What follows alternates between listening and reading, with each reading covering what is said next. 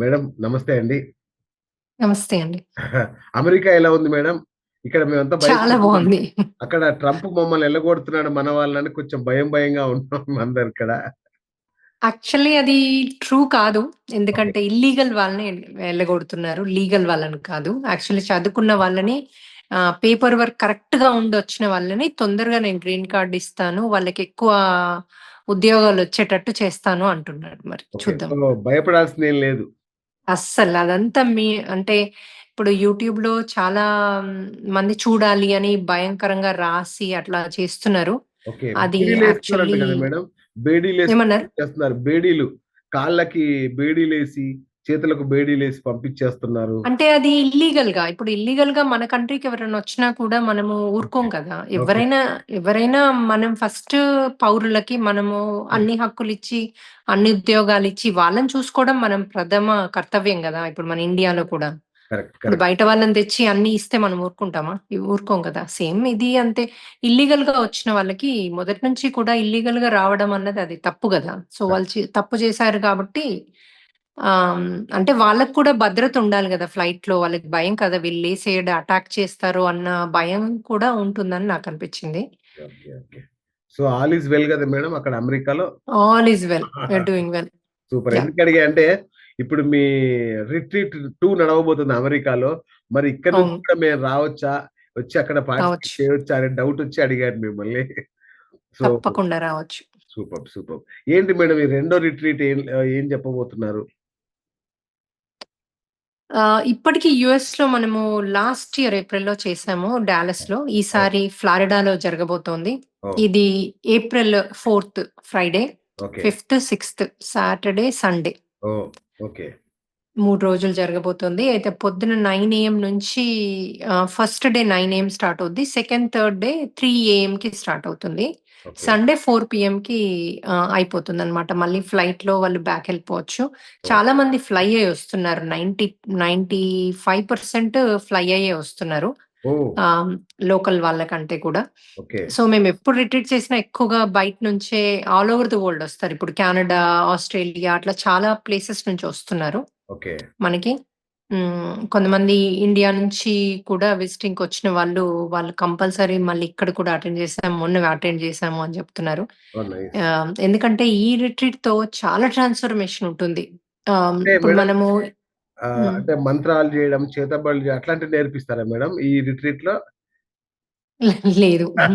అంటే ఆల్రెడీ వాళ్ళకి వాళ్ళ లోపల ఏదైనా కనుక భయాలు లేకపోతే వశీకరణాలు అట్లా ఏదన్నా లేకపోతే లోపల రుగ్మతలున్నాయి. ఏదన్నా తలనొప్పి, హెడేక్, సివియర్ హెడేక్, పిల్లలు పుట్టట్లేదు, ఉద్యోగాలు లేవు. ఓకే. ఇలాంటి వాళ్ళకి ఏం చేస్తామంటే మేము ఆత్మశక్తిని నింపుతాం. అంటే పూర్తిగా భయంలోంచి బయటకొచ్చి ధైర్యంగా అలాగే ఆత్మశక్తి ఎప్పుడైతే మనము దాన్ని ఫుల్‌గా పంచభూతాలతో నింపుతాము. పంచభూతాలు అంటే ఏంటి?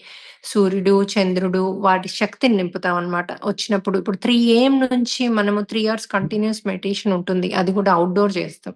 ఓహ్! So, okay. ఎప్పుడైతే అప్పుడు మూన్ ఉంటుంది. మూన్ గేజింగ్ చేస్తాం. మళ్ళీ సూర్యకిరణాలు పొద్దున ఉదయము సన్‌రైజ్ అంటాం గదా! ఆ టైంలో సూర్యుని శక్తి తీసుకుంటాం. అట్లాగే చెట్ల శక్తి, ఫైర్, ఆకాశము, భూమి అలాగే గాలి. వీటన్నిటి శక్తిని నింపుతామనమాట వాళ్ళలో.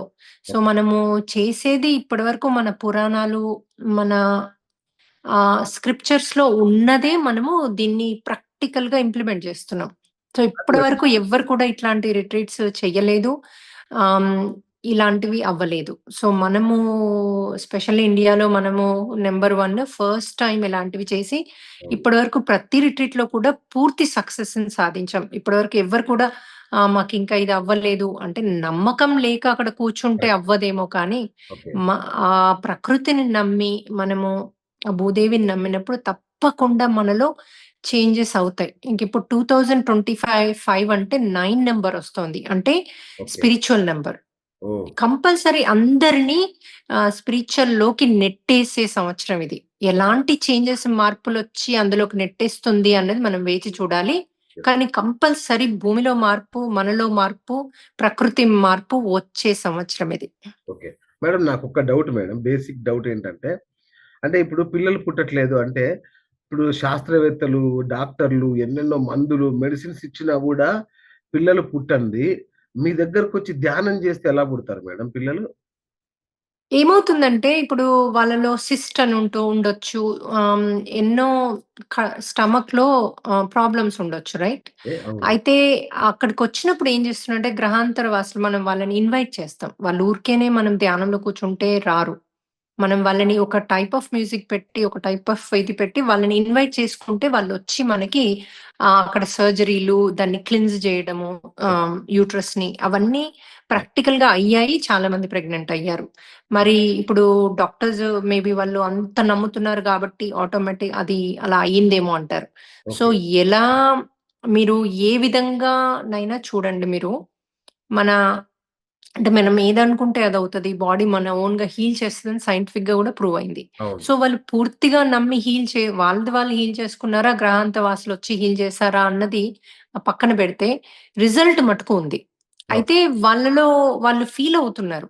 లోపల వాళ్ళ స్టమక్‌లో క్లీన్స్ అయినట్టు, ఇప్పుడు వాళ్ళలో భయాలుంటే అవి రిలీజ్ చేసినట్టు, ఓకే. అది వేరే ఎవరో ఇట్లా చిన్న చిన్న లిల్లీ పుట్స్ లాగా మనుషులొచ్చి వాళ్ళ లోపలికెళ్ళి సర్జరీ యేసుకుంటే అన్నీ యేసుకుంటారు కదా! అవన్నీ యేసుకొని అవును. చేశారు అని ఓకే. మాకు వాళ్ళే జెప్తున్నారు.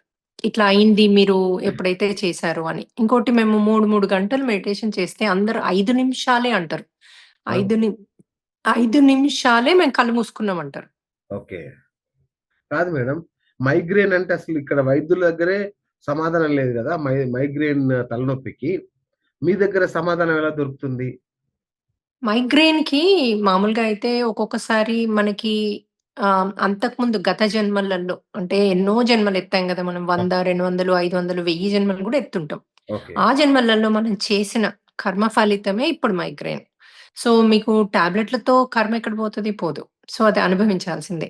So, okay. ఇప్పుడు కర్మ కంపల్సరీ అనుభవించాలి అంటారు గదా! సో, మనం ఏం చేస్తున్నామంటే, మనము గ్రహాంతల వాసులొచ్చి ట్రీట్ చేసి మనల్ని హీల్ చేసినా మళ్ళీ ఇంకో దగ్గర వచ్చే ఛాన్సెస్ ఉంది. ఒకవేళ కర్మ ఉంటే. మనం ఇక్కడ రిట్రీట్‌లో కర్మ కూడా రిలీజ్ చేసుకుంటూ అంటే పశ్చాత్తాపం, పరివర్తన, ప్రాయశ్చిత్త ప్రక్రియ అని ఒకటి 4 చేస్తాం. ఓకే. అందులో మనము పూర్తిగా థాంక్ యూ, సారీ అంటే పశ్చాత్తాపపడుతూ ఆహ్, ప్రాయశ్చిత్తం చేసుకుంటూ నాలో పరివర్తన ఉంది. ఇప్పుడు నేను అట్లాంటి పనులు చేయట్లేదు అని యూనివర్స్‌కి చెప్పుకుంటూ దాన్ని రిలీజ్ చేసుకుంటూ మనము హీల్ చేసుకుంటున్నాం.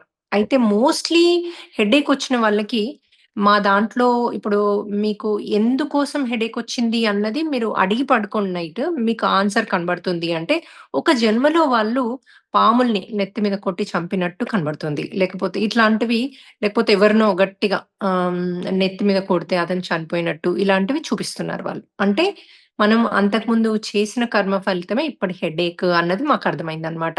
సో, ఇదంతా కూడా మేము ప్రతి దానికి కూడా ఇప్పుడు కొన్నిటికి ఆన్సర్ లేదు మెడిసిన్‌లో. అవును. అయితే హీల్ అవ్వట్లేదు వాళ్ళకి. ఇప్పుడు అవును.